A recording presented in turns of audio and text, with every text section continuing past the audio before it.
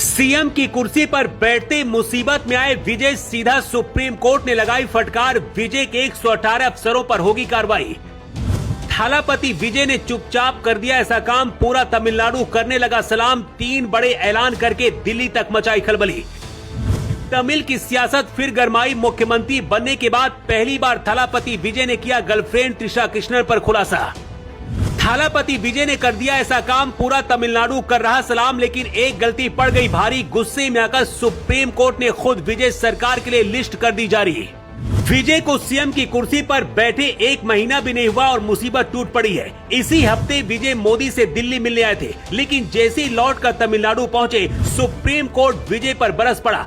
यहां तक कि सुप्रीम कोर्ट ने तमिलनाडु में अब अर्धसैनिक बल भेजने की चेतावनी भी दे दी है। लेकिन सबसे पहले आपके लिए जानना जरूरी है कि कौन सा गुनाह विजय ने कर दिया, जिससे नाराज होकर सुप्रीम कोर्ट ने 118 अफसरों पर कार्रवाई करने के लिए लिस्ट थमा दी है और 20 दिन का अल्टीमेटम विजय सरकार को दिया है।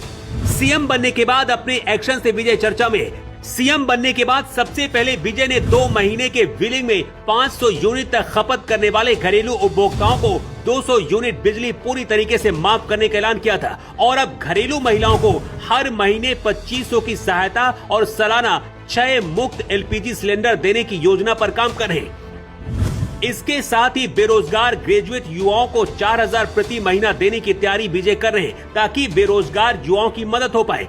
सबसे बड़ा काम विजय कर रहे हैं सिटीजन प्रिविलेज कार्ड को लेकर, जिससे सरकारी विभागों से भ्रष्टाचार मिटाने और लोगों तक सीधे योजनाओं का लाभ पहुंचाने के लिए इस कार्ड का उपयोग होगा।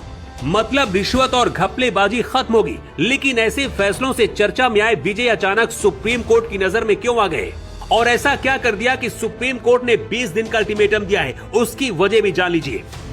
थालापति विजय सरकार पर सुप्रीम कोर्ट का हंटर इसलिए चला क्योंकि देश के बेहद संवेदनशील और खूबसूरत अगस्त्यमलाई संरक्षित वन क्षेत्र को भूमाफियाओं और अवैध निर्माण से खत्म किया जा रहा है। इस अभ्यारण्य की गिनती दुनिया के सबसे महत्वपूर्ण जैव विविधता हॉटस्पॉट में होती है। लेकिन पिछले कुछ समय में प्रशासनिक ढिलाई का फायदा उठाकर यहाँ धड़ल्ले से अवैध बस्तियां और कंक्रीट के ढांचे खड़े कर दिए गए।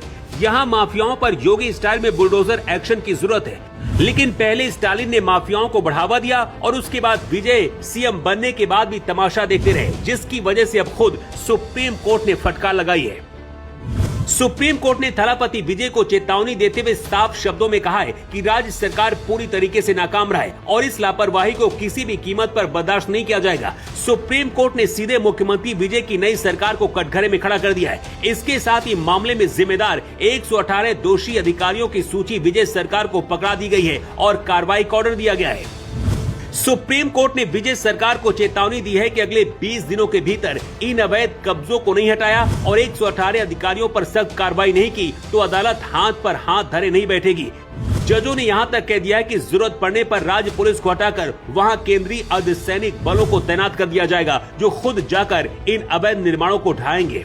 तमिलनाडु में सीएम बनने के बाद जितनी चर्चा विजय के करिश्मे की हुई, उससे भी ज्यादा गर्लफ्रेंड त्रिशा कृष्णन के साथ आर्टिकल छपे और टेलीविजन की हेडलाइन बनी।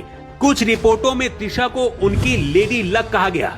विजय के फैंस और कार्यकर्ता मांग कर रहे थे कि त्रिशा कृष्णन को विजय की खाली की जाने वाली सीट से चुनाव लड़ाया जाए, लेकिन विजय ने अब साफ कर दिया है कि कैंडिडेट कार्यकर्ताओं में से कोई होगा, त्रिशा कृष्णन नहीं। मतलब विजय ने बता दिया है कि त्रिशा फिलहाल राजनीति में नहीं आने वाली है। थालापति विजय सीएम बनने के बाद ताबड़तोड़ एक्शन ले रहे हैं, लेकिन शायद उन्हें अभी अनुभव कम है, इसलिए कई बार गलती कर रहे हैं और यही वजह कि सुप्रीम कोर्ट से फटकार खानी पड़ी। लेकिन जिस तरीके से विजय एक्शन ले रहे हैं, उसे लेकर आप क्या कहना चाहेंगे? अपनी राय आप जरूर दें।